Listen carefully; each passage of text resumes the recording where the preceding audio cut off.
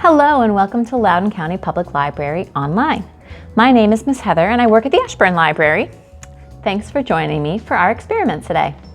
So we are going to be experimenting with rainbows, but we're not going to worry about the light outside. We're just going to use water inside to create walking water rainbows. So they're pretty easy and they don't require a lot of supplies. You're going to need 5 clear glasses or jars. Clear is best, but if you don't have it, that's okay. We'll have to look down inside to see what's going on. You'll need some water for those jars. You will need some food coloring and some paper towels. And that's it. Beyond that, science is going to do all the work for us.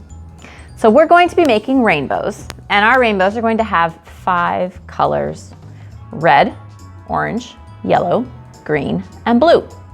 So we need a jar for each color. Now I've kind of cheated and I've already filled up some of my jars with some water. So you're going to see that I have water in the first jar, the third jar, and the 5th jar. The 2nd and 4th jars are empty, okay? Now we need our food coloring. And we're going to use the primary colors, which are red, yellow, and blue. Yes. So take the red food coloring and put 10, 20 drops into the first glass. You want the water to be nice and colorful. And then I have just something to stir it with. Although it looks pretty cool while it's stirring all by itself, huh? Okay. Then the yellow, again, a good 10, 15 drops. There it goes. And our blue.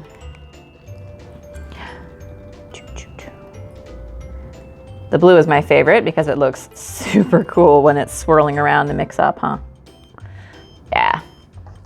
So that is the first 3 colors. But we said we had 5 colors, right? So if we mixed the red and the yellow together, that would make orange, yes. If we mixed the yellow and the blue together, that would make green, and that would be our rainbow, right? So why don't we just take some and pour them in the jars, huh? Because that's boring. That's not a big science experiment, is it? No, we are going to make the water move by magic, or actually by a scientific process called capillary action. So, capillary action is when water moves kind of like when it goes up the stem of a plant. Gravity is always pulling down on it, right? But somehow, even without muscles, the plant can get the water up. And that's through this process. And you need 3 different forces working on the water to make it move. The first one is cohesion. That means water likes to hang out together. If you think about when you spill some water, it makes kind of a puddle, right? It doesn't go all over the place. The second force is called adhesion, and that means that water is sticky. It is sticky. Think about it on your hands, you'll stay wet. Or if you look at your jar, you'll see that your water is kind of sticking to the glass on the edge. It's making a curve with your water on the top.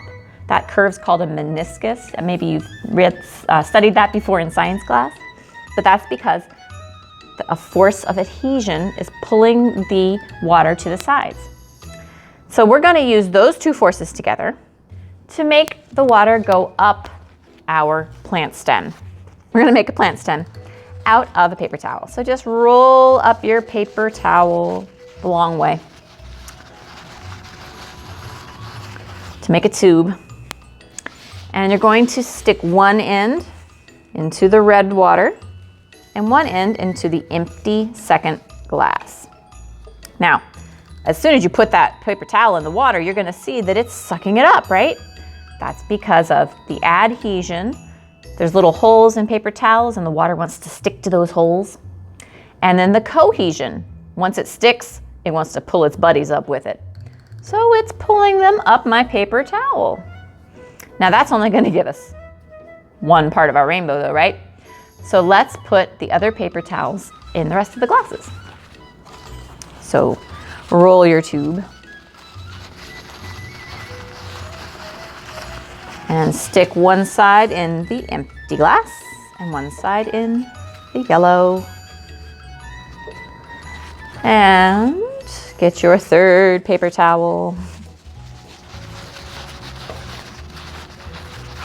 And this one's going to go in the yellow. And the empty fourth jar. And our last paper towel, where is that gonna go? Of course, it's going to go into the blue water. One side there and one side here. And now our capillary action is sucking up the water. But if you look at your first paper towel, it's all wet, but nothing's dripping down. We're actually not making a mess, which I hope your parents like.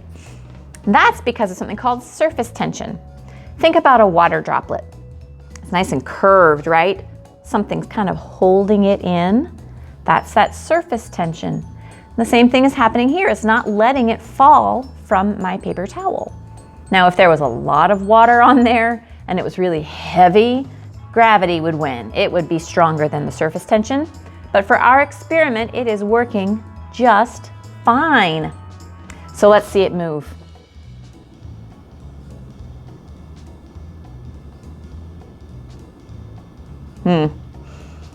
Capillary action is not perhaps the most exciting thing to watch. It takes a while.